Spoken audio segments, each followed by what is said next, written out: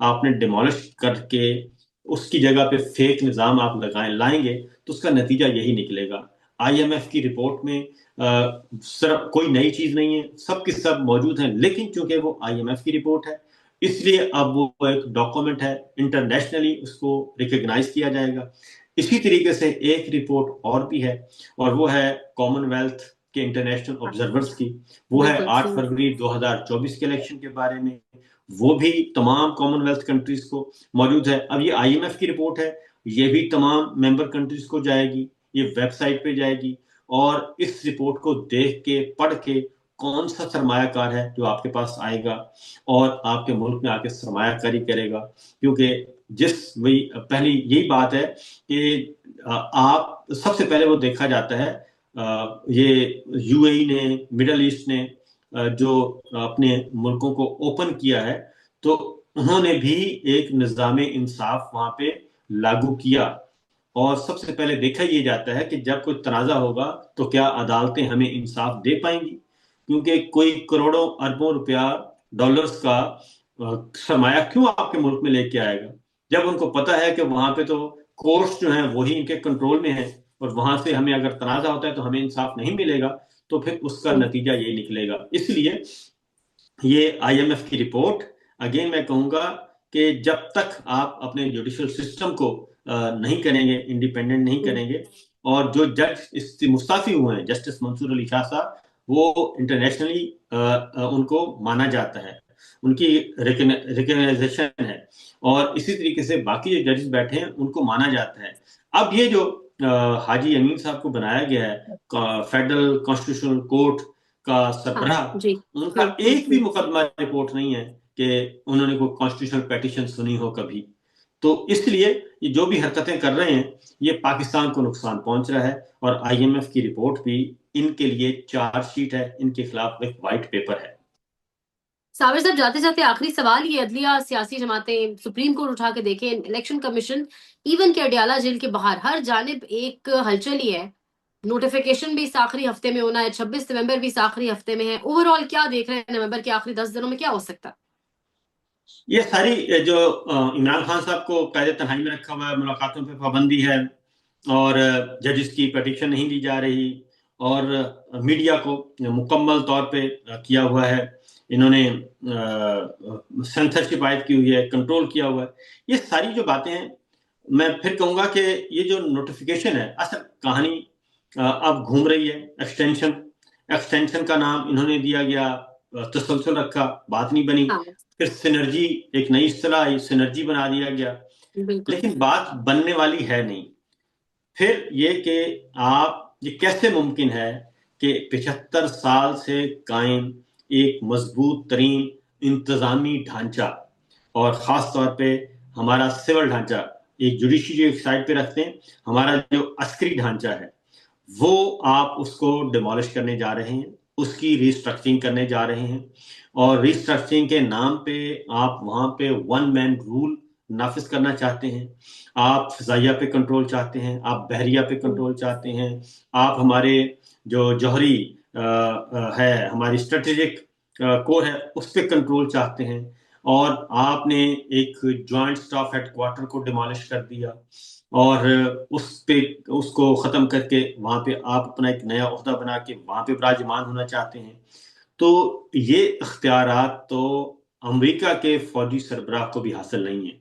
یہ پاورز تو امریکی فوجی سربراہ نے کبھی نہیں مانگی جو پوری دنیا میں جنگیں کرتے ہیں. تو یہ کیا آپ پاکستان میں, آپ کا ایجنڈا کیا ہے, ہڈن ایجنڈا کیا ہے, اگلے 10 سال 15 سال کرنا کیا چاہتے ہیں, کیوں آپ تمام مسلح افواج پہ کنٹرول کرنا چاہتے ہیں, اس کی ریزن کیا ہے, وہ ہے اصل سوال جو کہ رکھا ہوا ہے کتابوں میں بند, کتابوں میں بھی نہیں ہے, اپنے دماغ میں بند رکھا ہوا ہے, دل اور دماغ میں. وہ جیسے جیسے چیزیں انفولڈ ہوتی ہیں وہ باہر آ جاتی ہیں. ابھی ہم نے دیکھا کہ غزہ میں امن فورس بھیجنے والا معاملہ جو تھا, اس میں آپ کا چائنا, آپ کا پڑوسی ملک, آپ کا موسم, وہ ووٹ آپ اگینسٹ ووٹ جا رہا ہے, رشیا اس کے مخالف ووٹ جا رہا ہے, آپ اس کو حق میں ووٹ دے رہے ہیں. اور یہی ہے اصل معاملہ, کہ پھر معاملہ جڑ جائے گا ابراہم اکارڈ سے، اسرائیل کو ہوں، تسلیم کرنے سے، اور پھر وہی بات آ جائے گی کہ آپ سی پیک کو روکنا ہے. آپ نے سی پیک کو روکنے کے لیے آپ کہتے ہیں کہ جناب میں سی پیک کو بھی روکوں گا، میں اسرائیل کو بھی تسلیم کروں گا، میں غزہ میں فوج بھی بھیجوں گا، میں سب کچھ کروں گا، بس مجھے یہ انٹرنل جو معاملات ہیں اس سے بچا لیں. اور جب آپ کمزور ترین ایک حکمران کے طور پہ اور کمزور ترین نیگوشیٹر کے طور پہ آپ دنیا کے طاقتور ترین اتھارٹی کے سامنے جاتے ہیں، پریزیڈنٹ ٹرمپ کے پاس جاتے ہیں، تو آپ کے پاس دینے کے علاوہ اور کچھ نہیں ہوتا. آپ وہاں پہ لوز کر کے آئیں گے، گین کر کے نہیں آئیں گے، کیونکہ آپ ایک جائی لوزر کے طور پہ رہے ہیں تو آپ نے کیا ہاں. گین کرنا ہے. یہ از خود پاکستان کی سلامتی کے لیے ایک ایشو ہے.